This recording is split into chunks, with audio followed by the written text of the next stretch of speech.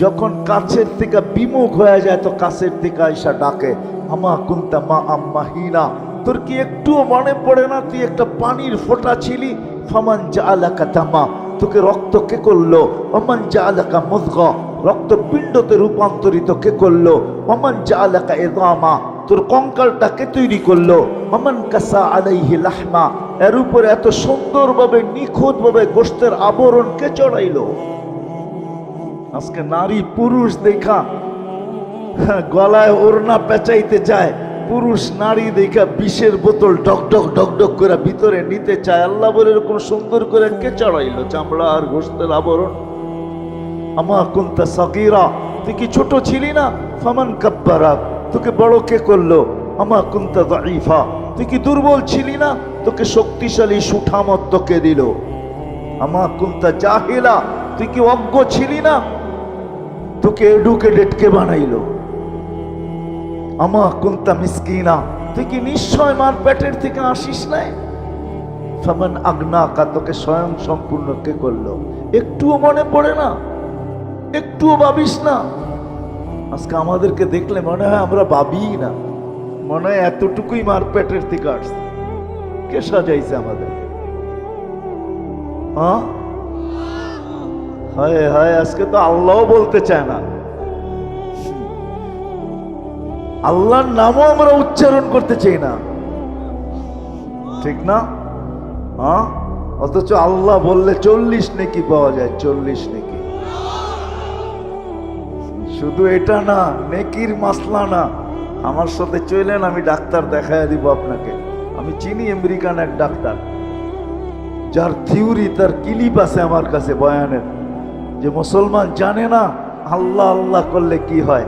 আল্লাহ লিখতে গেলে হাড়ের মতো, আল্লাহ লেখাটা হাড়ের মতো হয়, হাড়ের মতো।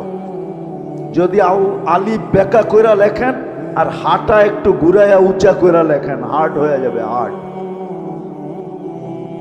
মুসলমান জানে না আল্লাহ আল্লাহ বললে হার্টের কোনোদিন প্রবলেম হবে না, এটা ধাক্কা লাগে যায় হার্টে। আল্লাহ আল্লাহ আল্লাহ, মুসলমান জানে না এটা। চলেন আমি দেখাইয়া দিব না, ওই ডাক্তারকে দেখাইয়া দিব, চলেন আমার সাথে আমেরিকাতে। এটা ভাইবেন না যে আমরা শুধু ঢাকা শহরেই ঘুরি, না না, আল্লাহর মেহেরবানি, আল্লাহ বহুত দুনিয়া দেখায়। মুসলমান আল্লাহ বলতে চায় না, রাগ হয়ে যাবেন। ডাক্তারের কাছে সিরিয়াল দিতে ভালোবাসে, সত্য তো। জটিল রোগ হইলে পায়ে ধরতে ভালোবাসে, লম্বা লম্বা ভিজিট দিতে ভালোবাসে, এয়ার অ্যাম্বুলেন্স ডাকাইতে ভালোবাসে, কিন্তু কোরআন নিয়ে একদিনও বুকে চাইপা এই কথা বলতে ভালোবাসে না যে মালিক কোরআনে তো শেফা রাখা আছে, কোরআন শেফা দিয়ে কি করবে? শেফা তো আমার দরকার, তোর কোরআনের শেফা আমার ভিতরে দিয়া দে। আমি কোরআন কিন্তু মহব্বতে বুকে চাইপা ধরলাম, এরকম একজনও একদিন ধরে নাই। ধরছেন? কোরআনের শেফা নাই? ওলামাদেরকে জিজ্ঞেস করেন, 6 জায়গায় লেখা আছে কোরআনের শেফা। অনুনাজ্জিলু মিনাল কোরআনি মা হুয়া শেফা। বুকে চাইপা ধরা মালিক ধরলাম, কিন্তু শেফা না দিলে আমি কোরআন ছাড়বো না। তোর কোরআন শেফা দিয়ে কি করবে? লজিকলি যদি আমার কথা বুঝে না আসে বলেন, যুক্তি বলে, কিন্তু কোরআন বুকে লাগাইতে চায় না, চুমাও দিতে চায় না। আমি তো একটু আগেই বলে আসছিলাম এশারের পরে যে হায় হায় এই মানুষকে আল্লাহ কত ভালোবাসে। এই মজমায় বেশিরভাগ লোক কোরআন পড়তে জানে না, ঠিক না?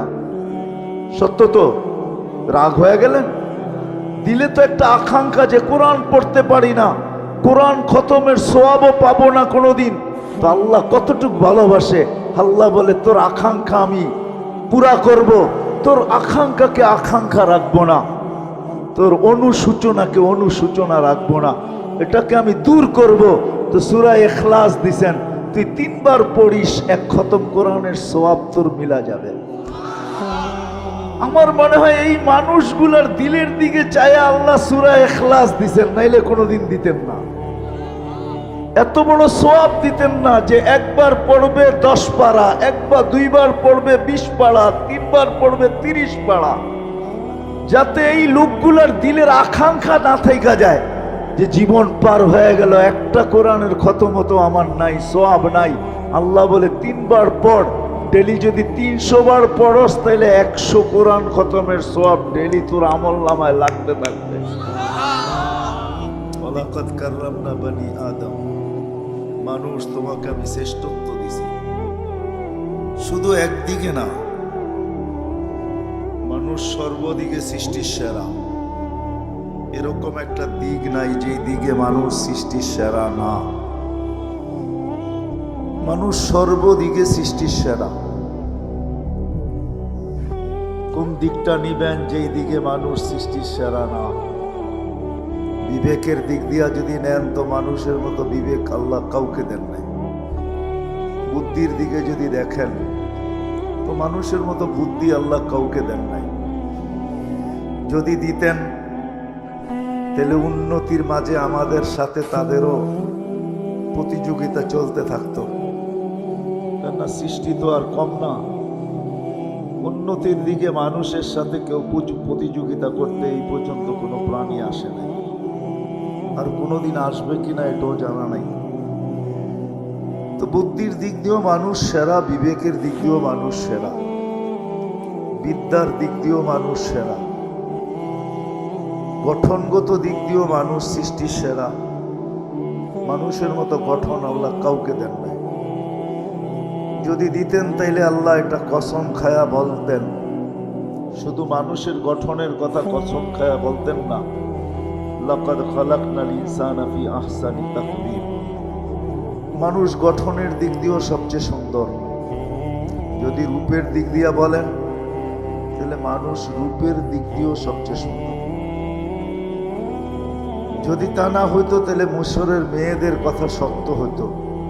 ইউসুফ আলাইহিস সালামের সৌন্দর্য দেখা বলছিলেন মা হাশা লিল্লাহি হাদা বাশার, এটা মানুষ হইতেই পারে না। ইন হাদা ইল্লা মালাকুন কারীম, এটা ফেরেশতা হবে। কিন্তু আল্লাহর বুঝানোর বিষয় ছিল মানুষই এত সুন্দর হয়, ফেরেশতা এত সুন্দর হয় না। হ্যাঁ, সত্য এটাই। আর কারণও আছে। ফেরেশতা 2টা অক্ষর দিয়ে অস্তিত্বে আসছে, কুন ফাকান। আল্লাহ বলছেন হয়ে যাও, তো হয়ে গেছে। কিন্তু মানুষকে আল্লাহ 2 অক্ষর দিয়ে অস্তিত্ব দেন নাই, কুদরতি হাত দিয়া দিছে। সমগ্র সৃষ্টিকে আল্লাহ অস্তিত্ব দিয়েছেন 6 দিনে, কমপ্লিট সিত্তা ইয়াম কোরআন বলে।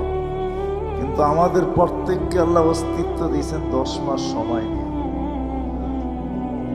ঠিক না? না মিরপুরের মানুষ তাড়াতাড়ি চলে আসে না, সবাই 10 মাস সময় নিয়ে আসে। এরকম কোন দিক দেখাবো আমি আপনাদেরকে? সর্বদিকে বিদ্যার দিক দিয়ে মানুষের চেয়ে বিদ্যান আল্লাহ কাউকে বানান নাই, কোন সৃষ্টিকেও না। ফেরেশতারা তো স্বীকারোক্তি দিছে, লা ইলমা লানা ইল্লা মা আল্লামতানা। অতটুক জানি যতটুক শিখাইছেন, এর চেয়ে বেশি জানার ক্ষমতা আমাদের নাই। কিন্তু মানুষ বিদ্যাসাগরও হইতে পারে, ঠিক না? নাইলে বিদ্যাসাগর কেমনে লেখা হয় যে অমুক বিদ্যাসাগর? তাহলে কিভাবে ওলামারা লেখে বাহরুন লা শাতি আলা? এরকম বিদ্যার অধিকারী, সমুদ্র কিনারা বিহীন সমুদ্রের মতো বিদ্যার অধিকারী। তো মানুষকে আল্লাহ বিদ্যাও দিচ্ছেন সৃষ্টির ভিতরে সেরা।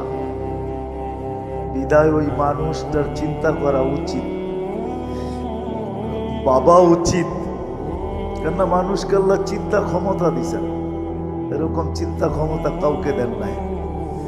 মানুষ কিছু দেখা কিছু আবিষ্কার করতে পারে। আজকে সারা দুনিয়ার আবিষ্কারগুলা মানুষের ভাবনার ফল। মানুষ ভাবতে ভাবতে আবিষ্কার করে ফেলছে, ঠিক না? মানুষ প্রথম দেখছে টেলেক্স, খটখট খটখট আওয়াজ হয়। তো মানুষ ভাবতে শুরু করছে এই আওয়াজের থেকে কবে বাহির হওয়া যায়।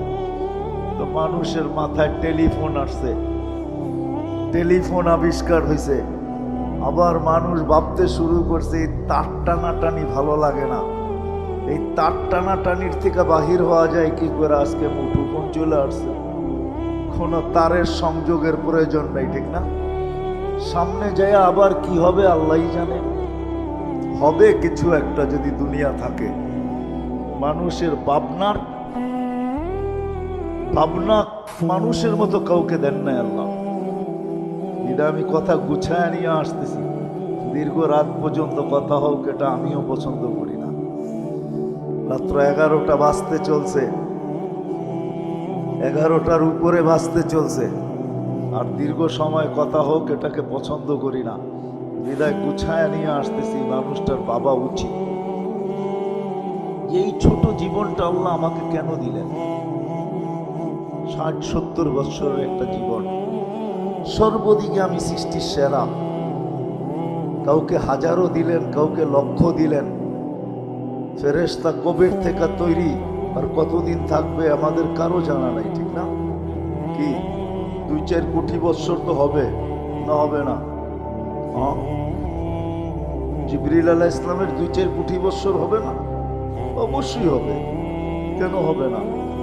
এত লম্বা লম্বা বয়স দিলেন, আমাদেরকে মাত্র 60 আর 70 দিলেন। বাবা কিন্তু উচিত যে আমাকে এই ছোট জীবনটা কেন দিলেন, কি কারণে দিলেন? সর্বদিকে আমি শ্রেষ্ঠ, আমাকে তো লম্বা একটা জীবন দেওয়া দরকার ছিল। কি বলেন? 2-4-500 বছর দিলেও তো মনটাকে বুঝাইতে পারতাম যে আল্লাহ 500 বছর বয়স দিছেন, 500 বছর বাঁচবো, দুনিয়াটাকে দেখবো।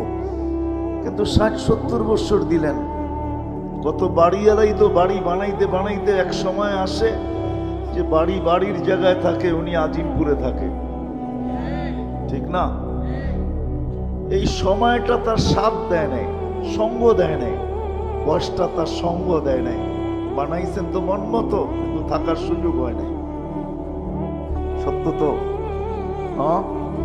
কত মানুষই তো কত স্বপ্ন দেখতে থাকে, কিন্তু অধিকাংশ স্বপ্নই তো পুরা হয় না, ঠিক না? কি হয়? সময় এতদিন সাথ দেয় না, সঙ্গ দেয় না যে সব স্বপ্নগুলা পুরা করে যেতে পারে। ছোট একটা জীবন 60-70 বৎসরের, এই ছোট জীবনটা আল্লাহ আমাদেরকে কেন দিলেন?